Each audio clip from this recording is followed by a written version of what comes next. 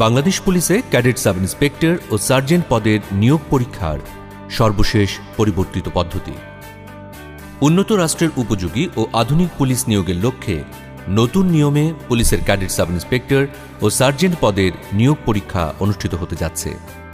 এই সিস্টেমে নিয়োগ বিজ্ঞপ্তি প্রকাশের পর থেকে মোট 11টি ধাপ অনুসরণ করে একজন যোগ্য প্রার্থী বাংলাদেশ পুলিশের সদস্য হিসেবে নিয়োগ পেতে পারবেন। পদের সাথে সঙ্গতি রেখে বিভিন্ন যোগ্যতা ও শর্তাবলী উল্লেখ করেই বাংলাদেশ পুলিশের ক্যাডেট সাব ইন্সপেক্টর ও সার্জেন্ট পদে নিয়োগ বিজ্ঞপ্তি প্রকাশ করা হবে। ওই বিজ্ঞপ্তিতে আগ্রহী প্রার্থীদের অনলাইনে রেজিস্ট্রেশনের জন্য আহ্বান জানানো হবে।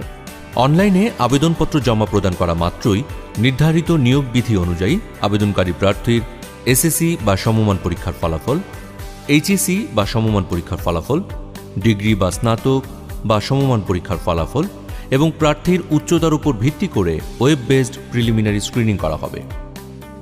উল্লেখ্য যে প্রার্থী মিথ্যা বা অসম্পূর্ণ তথ্য প্রদান করলে ওই আবেদন নিয়োগের যে কোনো পর্যায়ে বাতিল বলে গণ্য হবে। এজন্য আগ্রহী প্রার্থীদের সঠিক তথ্য প্রদানের জন্য বিশেষভাবে অনুরোধ করা হচ্ছে। এই ওয়েব বেসড প্রিলিমিনারি স্ক্রিনিং শেষে নির্দিষ্ট সংখ্যক যোগ্য প্রার্থীর একটি তালিকা প্রকাশ করা হবে। তালিকাভুক্ত যোগ্য প্রার্থীদেরকে শারীরিক মাপ ও কাগজপত্র যাচাইকরণ এবং শারীরিক সক্ষমতা যাচাই পরীক্ষায় অংশগ্রহণের জন্য অনলাইনে admit card for physical endurance test প্রদান করা হবে। যোগ্য প্রার্থীগণ অনলাইনে প্রাপ্ত অ্যাডমিট কার্ড ডাউনলোড করে A4 সাইজ কাগজে 2 কপি প্রিন্ট করবেন। উক্ত অ্যাডমিট কার্ডের 2 কপি এবং বিজ্ঞপ্তিতে উল্লিখিত ডকুমেন্টস ব্যতীত কোনো প্রার্থী শারীরিক মাপ ও কাগজপত্র যাচাইকরণ এবং শারীরিক সক্ষমতা যাচাই পরীক্ষায় অংশগ্রহণ করতে পারবেন না। শারীরিক মাপ ও কাগজপত্র যাচাইকরণ প্রথম দিন। এই ধাপে অংশগ্রহণের জন্য প্রাথমিকভাবে ওয়েব বেসড স্ক্রিনিংয়ে মনোনীত প্রার্থীগণকে admit card for physical endurance টেস্টের 2 কপি, নিয়োগ বিজ্ঞপ্তিতে উল্লিখিত সকল ডকুমেন্ট সহ উপযুক্ত ড্রেসে নির্ধারিত দিনে যথাসময়ে নির্দেশিত স্থানে উপস্থিত থাকতে হবে। ভেন্যুতে প্রবেশের পরই একটি নির্ধারিত স্কেল দিয়ে প্রার্থীর উচ্চতার মাপ নিয়ে প্রাথমিক স্ক্রিনিং করা হবে। এই স্ক্রিনিংয়ে উতরে যাওয়া যোগ্য প্রার্থীদের লাইন করে মূল ভেন্যুতে নিয়ে যাওয়া হবে। বিজ্ঞপ্তিতে উল্লিখিত শর্তানুসারে প্রার্থীদের উচ্চতা, ওজন ও পুরুষ প্রার্থীদের ক্ষেত্রে বুকের মাপ পরিমাপ করা হবে। এরপর প্রার্থীর ডকুমেন্টস যাচাই করা হবে। শারীরিক মাপ ও ডকুমেন্টস যাচাইয়ে সঠিকতা পাওয়া প্রার্থীদেরকে যোগ্য হিসেবে ঘোষণা করে তাদেরকে শারীরিক সক্ষমতা যাচাই পরীক্ষায় অংশগ্রহণের জন্য অ্যাডমিট কার্ডের 1 কপি প্রদান করা হবে। ফিজিক্যাল এন্ডুরেন্স টেস্টের নির্ধারিত সময়সূচি প্রার্থীদেরকে জানিয়ে দেওয়ার পাশাপাশি প্রথম দিনে উত্তীর্ণ প্রার্থীদের ইন্ডেমনিটি ঘোষণাপত্রের 1 কপি প্রদান করা হবে। শারীরিক সক্ষমতা যাচাই পরীক্ষা দ্বিতীয় দিন। শারীরিক সক্ষমতা যাচাই পরীক্ষার জন্য আগত প্রার্থীদের admit card for physical endurance test এবং রেজিস্টারে সংরক্ষিত তথ্যাবলী পুনরায় চেক করে ভেন্যুতে প্রবেশ করানো হবে। এক্ষেত্রেও যথাযথ অ্যাডমিট কার্ড ছাড়া কোনো প্রার্থীকে নির্ধারিত মাঠে এই পরীক্ষায় অংশগ্রহণের সুযোগ প্রদান করা হবে না। আগত প্রার্থীদেরকে সিলেকশন বোর্ডের ব্রিফিংয়ে অংশগ্রহণ করতে হবে। সেখানে শারীরিক সক্ষমতা যাচাই পরীক্ষার ও মাঠের নিয়মকানুনের বিষয়ে ব্রিফিং করা হবে। শারীরিক সক্ষমতা যাচাই পরীক্ষার ইভেন্ট শুরুর পূর্বে প্রার্থীদের ইভেন্টে অংশগ্রহণের জন্য শারীরিক ও মানসিকভাবে সুস্থ আছেন মর্মে উল্লেখ করে ইন্ডেমনিটি ঘোষণাপত্র সিলেকশন বোর্ডের নিকট দাখিল করতে হবে। প্রার্থী ইভেন্টে অংশগ্রহণের পূর্বেই এই ঘোষণাপত্র প্রদান করা বাধ্যতামূলক। প্রার্থী যদি কোনো ইভেন্টে অংশগ্রহণে অনিচ্ছুক হন, সেক্ষেত্রে প্রার্থী ইভেন্টে অংশগ্রহণ না করতে চাওয়ার কারণ উল্লেখপূর্বক অনিচ্ছুক ঘোষণাপত্র প্রদান করবেন। শারীরিক সক্ষমতা যাচাই পরীক্ষা মোট 7টি ইভেন্টের মাধ্যমে অনুষ্ঠিত হবে। একজন প্রার্থীকে শারীরিক সক্ষমতা যাচাই পরীক্ষায় উত্তীর্ণ হতে হলে প্রতিটি ইভেন্টেই পৃথকভাবে তাকে কৃতকার্য হতে হবে। যে কোনো ইভেন্টে অকৃতকার্য হলে প্রার্থীর প্রার্থিতা বাতিল বলে গণ্য করা হবে। প্রথম ইভেন্ট দৌড়। এই ইভেন্টে পুরুষ প্রার্থীদের 1600 মিটার দূরত্ব 7 মিনিট 30 সেকেন্ড এবং নারী প্রার্থীদের 1000 মিটার দূরত্ব 7 মিনিটে অতিক্রম করতে হবে। দৌড় শুরুর পূর্বে প্রার্থীদেরকে ডেমনস্ট্রেশনের মাধ্যমে দৌড়ের নিয়মকানুনের বিষয়ে ব্রিফিং করা হবে। কোনো প্রার্থী যদি চুনের দাগ স্পর্শ করেন কিংবা হুইসেল ব্যতীত দৌড় আরম্ভ করলে সরাসরি ডিসকোয়ালিফাইড হবেন। এই ইভেন্টে উত্তীর্ণ প্রার্থীরাই পরবর্তী ইভেন্টে অংশগ্রহণ করার সুযোগ পাবেন।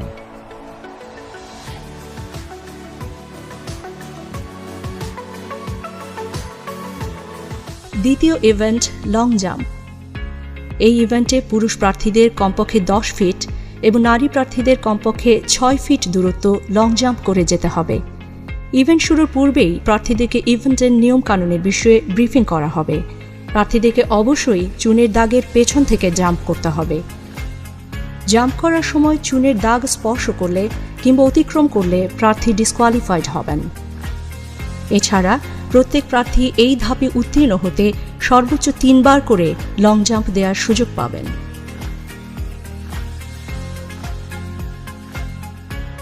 তৃতীয় ইভেন্ট হাই জাম্প। এই ইভেন্টে পুরুষ প্রার্থীদের জাম্প করে 3.5 ফিট ও নারী প্রার্থীদের 2.5 ফিট উচ্চতা অতিক্রম করতে হবে। ইভেন্ট শুরুর পূর্বেই প্রার্থীদেরকে ইভেন্টের নিয়মকানুনের বিষয়ে ডেমনস্ট্রেশনের মাধ্যমে ব্রিফিং করা হবে। জাম্প করার সময় ক্রসবার স্পর্শ করলে বা ক্রসবার পড়ে গেলে ডিসকোয়ালিফাইড হবেন। এছাড়া প্রত্যেক প্রার্থী এই ধাপে উত্তীর্ণ হতে সর্বোচ্চ 3 বার করে জাম্প দেবার সুযোগ পাবেন। এই ধাপে উত্তীর্ণ প্রার্থীরাই কেবলমাত্র পরবর্তী দিনের শারীরিক সক্ষমতা যাচাই পরীক্ষায় অংশগ্রহণ করতে পারবেন। হাই জাম্প ইভেন্টের মাধ্যমেই শারীরিক সক্ষমতা যাচাই পরীক্ষার দ্বিতীয় দিনের কার্যক্রম শেষ হবে। শারীরিক সক্ষমতা যাচাই পরীক্ষা তৃতীয় দিন।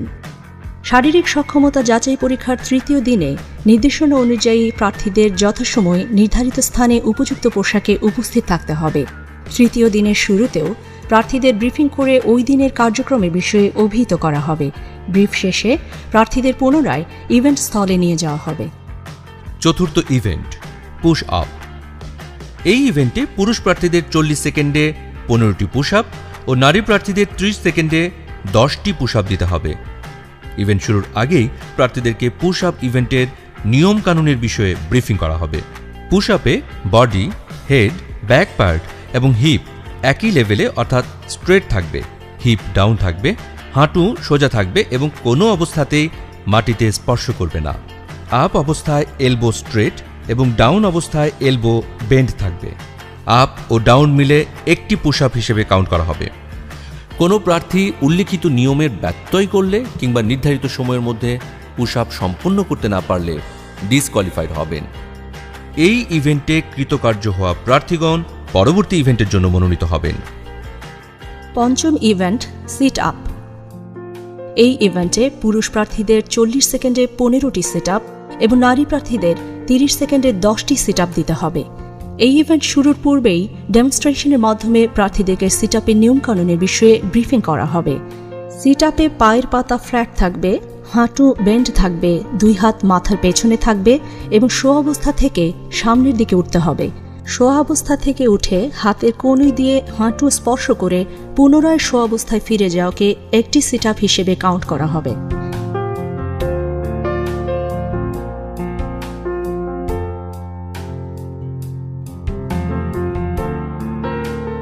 কোনো প্রার্থী উল্লিখিত নিয়মের ব্যত্যয় করলে ডিসকোয়ালিফাইড হবেন। এছাড়াও নির্ধারিত সময়ের মধ্যে সিট আপ শেষ করতে না পারলেও প্রার্থী ডিসকোয়ালিফাইড হবেন। এই ইভেন্টে কৃতকার্য হওয়া প্রার্থীগণ পরবর্তী ইভেন্টের জন্য মনোনীত হবেন। ষষ্ঠ ইভেন্ট ড্র্যাগিং। এই ইভেন্টে পুরুষ প্রার্থীদের 160 পাউন্ড ওজনের টায়ারকে টেনে 30 ফুট দূরত্ব এবং নারী প্রার্থীদের 120 পাউন্ড ওজনের টায়ারকে টেনে 20 ফুট দূরত্ব পর্যন্ত নিতে হবে। ইভেন্ট শুরুর আগেই প্রার্থীদের ডেমনস্ট্রেশনের মাধ্যমে ড্র্যাগিং ইভেন্টের নিয়মকানুনের বিষয়ে ব্রিফিং করা হবে। টায়ারের রশিকে কোমরের সাথে লাগিয়ে সামনের দিকে মুখ করে টেনে এক নাগারে ড্র্যাগিং করতে হবে। এক্ষেত্রে যদি কোনো প্রার্থী বসে পড়েন বা থেমে যান কিংবা নিজের ট্র্যাকের বাইরে টায়ার টেনে নিয়ে যান তাহলে প্রার্থী ডিসকোয়ালিফাইড হবেন। এছাড়াও দূরত্ব অতিক্রমে ব্যর্থ হলেও প্রার্থী ডিসকোয়ালিফাইড হবেন।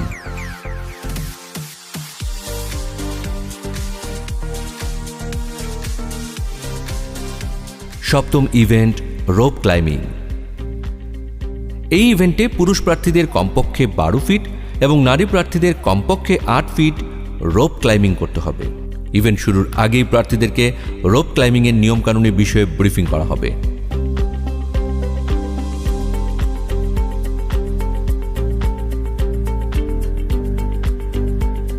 প্রার্থী নির্ধারিত সময়ের মধ্যে একবার উঠতে ব্যর্থ হলে পুনরায় ওঠার সুযোগ পাবেন।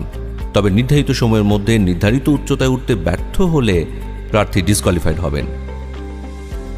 এই ইভেন্টে উত্তীর্ণ প্রার্থীরা শারীরিক সক্ষমতা যাচাই পরীক্ষা বা ফিজিক্যাল এন্ডিউরেন্স টেস্টে চূড়ান্তভাবে নির্বাচিত বলে ঘোষিত হবেন। Admit card for physical endurance টেস্টের উভয় কপির যথাস্থানে কৃতকার্য সম্বলিত সিল ও কমিটির স্বাক্ষরকরত অফিস কপি রেখে এক কপি প্রার্থীকে প্রদান করা হবে। এরপর নির্বাচিত প্রার্থীকে সকল একাডেমিক সার্টিফিকেট, জাতীয় পরিচয়পত্র বা জন্ম নিবন্ধন সনদ, কম্পিউটার সার্টিফিকেট, প্রযোজ্য ক্ষেত্রে ড্রাইভিং লাইসেন্স, মুক্তিযোদ্ধা সনদ সহ অন্যান্য তথ্য ব্যবহার করে অনলাইনে ওয়েব বেসড ফর্ম পূরণ করে পরীক্ষার ফি প্রদান করতে হবে। এরপর প্রার্থীদের লিখিত ও মনস্তত্ত্ব, কম্পিউটার এবং বুদ্ধিমত্তা ও মৌখিক পরীক্ষার প্রবেশপত্র সংগ্রহ করতে হবে। আগ্রহী প্রার্থীদেরকে 3টি বিষয়ের ওপর 250 নম্বরের একটি লিখিত পরীক্ষায় অংশগ্রহণ করতে হবে। লিখিত পরীক্ষায় উত্তীর্ণ প্রার্থীকে কম্পিউটার পরীক্ষায় অংশগ্রহণ করতে হবে। এরপর কম্পিউটার পরীক্ষায় উত্তীর্ণ প্রার্থীদের 50 নম্বরের বুদ্ধিমত্তা ও মৌখিক পরীক্ষায় অংশগ্রহণ করতে হবে। লিখিত, বুদ্ধিমত্তা ও মৌখিক পরীক্ষায় সমন্বিত ফলাফলের ভিত্তিতে প্রাথমিকভাবে প্রার্থীদের নির্বাচন করা হবে। প্রাথমিকভাবে নির্বাচিত প্রার্থীদের কেন্দ্রীয় পুলিশ হাসপাতাল ঢাকায় মেডিকেল টেস্ট বা স্বাস্থ্য পরীক্ষায় অংশগ্রহণ করতে হবে। স্বাস্থ্য পরীক্ষায় অংশগ্রহণে প্রত্যেক প্রার্থীকে নির্ধারিত চিকিৎসা ইতিবৃত্ত ফর্ম পূরণ করতে হবে। এই ধাপে উত্তীর্ণ প্রার্থীদের পুলিশ ভেরিফিকেশন সম্পন্ন করা হবে। পুলিশ ভেরিফিকেশন শেষে সন্তোষজনক বিবেচনায় চূড়ান্তভাবে নির্বাচিত প্রার্থীকে বাংলাদেশ পুলিশের ক্যাডেট সাব ইন্সপেক্টর বা সার্জেন্ট হিসেবে নিয়োগ প্রদান করা হবে।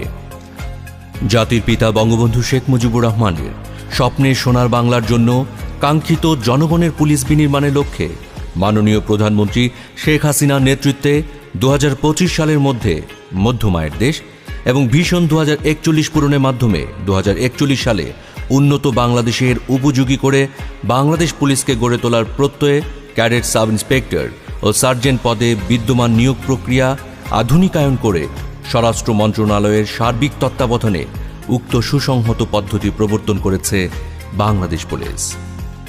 সর্বশেষ পরিবর্তিত পদ্ধতিতে শুরু হতে যাওয়া এই নিয়োগ পরীক্ষায় উত্তীর্ণ হতে সঠিক নিয়মে প্রস্তুতি গ্রহণের কোনো বিকল্প নেই। তাই আগ্রহী প্রার্থীদের সঠিক নিয়মে শারীরিক সক্ষমতা যাচাই পরীক্ষার প্রস্তুতি নেয়ার জন্য বিশেষভাবে অনুরোধ জানানো হচ্ছে। আপনি কি সৎ? আপনি কি সাহসী? আপনি কি দেশের জন্য যে কোনো চ্যালেঞ্জ গ্রহণে সক্ষম? যদি আপনার উত্তর হ্যাঁ হয়, তবে আপনাকেই খুঁজছে Bangladesh police. Join Bangladesh police. চাকরি নয়, সেবা।